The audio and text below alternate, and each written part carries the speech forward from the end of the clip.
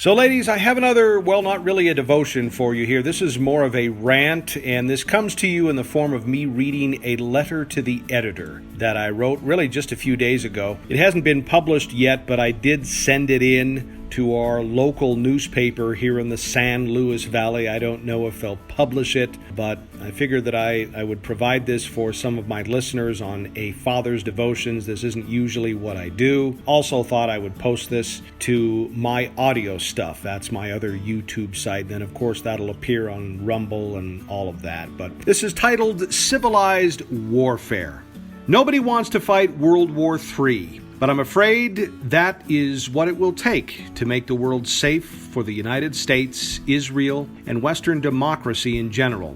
Like it or not, Israel was recently violated in an incomprehensible way by Hamas. And what is so surprising is that Israel appears reluctant to take the action necessary in neutralizing the enemy. All the while, Hamas and its sponsors are able to dig in and further perfect their strategies, making their expulsion even more precarious. It appears that those in our government don't want to face the immovable and costly reality that much of the strategy behind Israel's violent rape are found not just in Iran, but in China and Russia as well. And this brings us to the subject of war. Civilized warfare, which is the way Israel is now being pressured to fight, is something only given to us in classrooms and by disconnected idealists who are far removed from the battlefield. The whole notion that war can be fought in a civilized fashion is, to put it bluntly, absurd. When men forcefully enter your home and threaten to assault your family, you're going to use whatever means necessary to render such individuals incapacitated. The ugly truth is that there are no rules of combat in defense of your family, nor should there be in the broader scope of a country that faces possible annihilation, such as Israel, as the rules of combat are never used by the aggressor.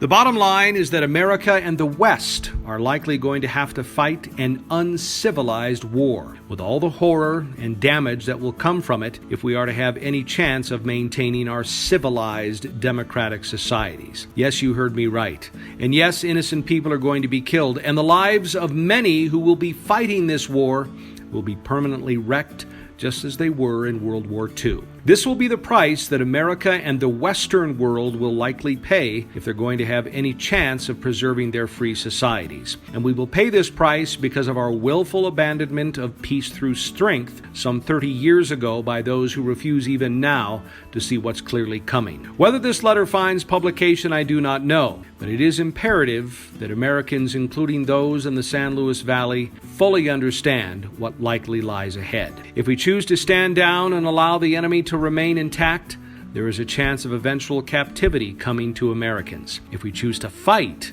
and contain or eliminate these threats, we may have a chance of retaining our sovereignty and free society. One is better than the other, but both will be unimaginably costly.